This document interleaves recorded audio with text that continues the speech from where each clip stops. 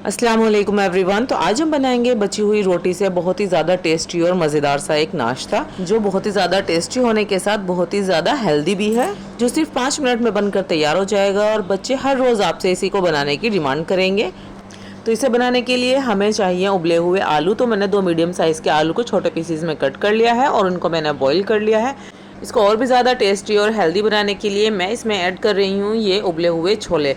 आपके पास छोले हैं तो वो ऐड कर दीजिए, नहीं तो आप इसमें पनीर या फिर कोई भी वेजिटेबल इसमें ऐड कर सकते हैं। इसके साथ ही मैं इसमें कुछ चॉप की हुई वेजिटेबल ऐड करूंगी, जिसमें मैंने एक मीडियम साइज़ की प्याज ली है, एक छोटी सी शिमला मिर्च ली है और एक हरी मिर्च ली है।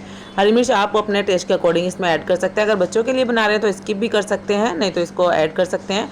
और अब हम इसमें कुछ बेसिक से पिसे हुए मसाले ऐड करेंगे। टेस्ट के अकॉर्डिंग मैंने इसमें आधा चम्मच लाल मिर्च का पाउडर और आधा चम्मच नमक ऐड कर दिया है और आधा चम्मच ही मैंने इसमें चाट मसाला ऐड किया है। उसके साथ मैं इसमें 1 चम्मच भर के शेजवान चटनी ऐड कर रही हूँ। अगर आपके पास है तो ऐड कर सकते हैं, नहीं तो आप इसकी जगह इसमें आधा नींबू का रस भी ऐड कर सकते हैं। इससे बहुत ही ज़बरदस्त और मज़ेदार सा टेस्ट आता है।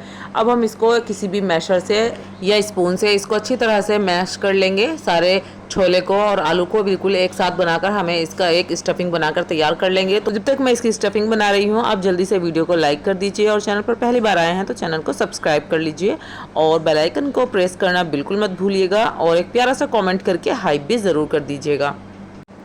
तो बहुत ही ज़्यादा टेस्टी और मज़ेदार सी हमारी ये स्टफिंग बनकर तैयार है और ये इतनी ज़्यादा टेस्टी बनती है कि मुझे तो ऐसा दिल कर रहा था कि मैं इसको ऐसे ही खा लूँ, और मैंने चेक भी किया और ये बहुत ही ज़्यादा टेस्टी बनी थी वाकई में।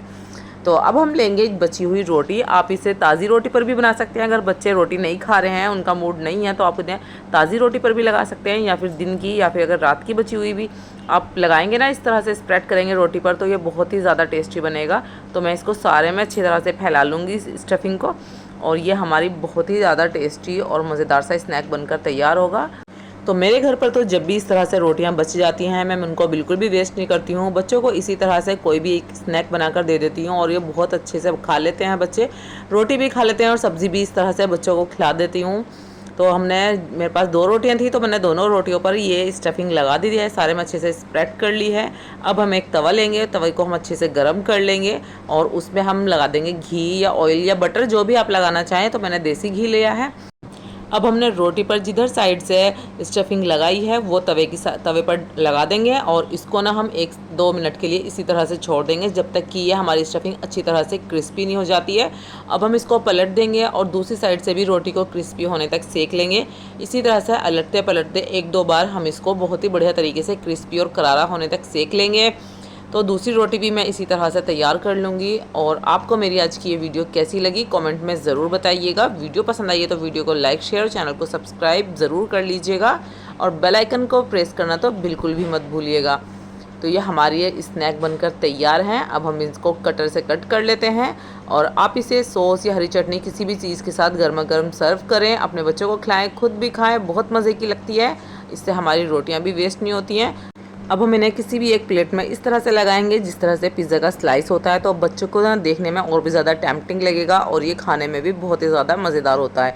तो मैंने तो बच्चों को ये सॉस के टमाटो केचप के साथ सर्व किया था। ये खाने में बहुत ही ज़्यादा टेस्टी और मज़ेदार लगा था, एकदम क्रिस्पी और करारा। आप भी इस रेसिपी को ज़रूर ट्राई करें और अपना फीडबैक मुझे ज़रूर दें। मिलती हूँ आपसे एक और न्यू मज़ेदार और रेसिपी के साथ। तब तक के लिए अपना खूब सारा ख्याल रखिएगा। Thanks for watching.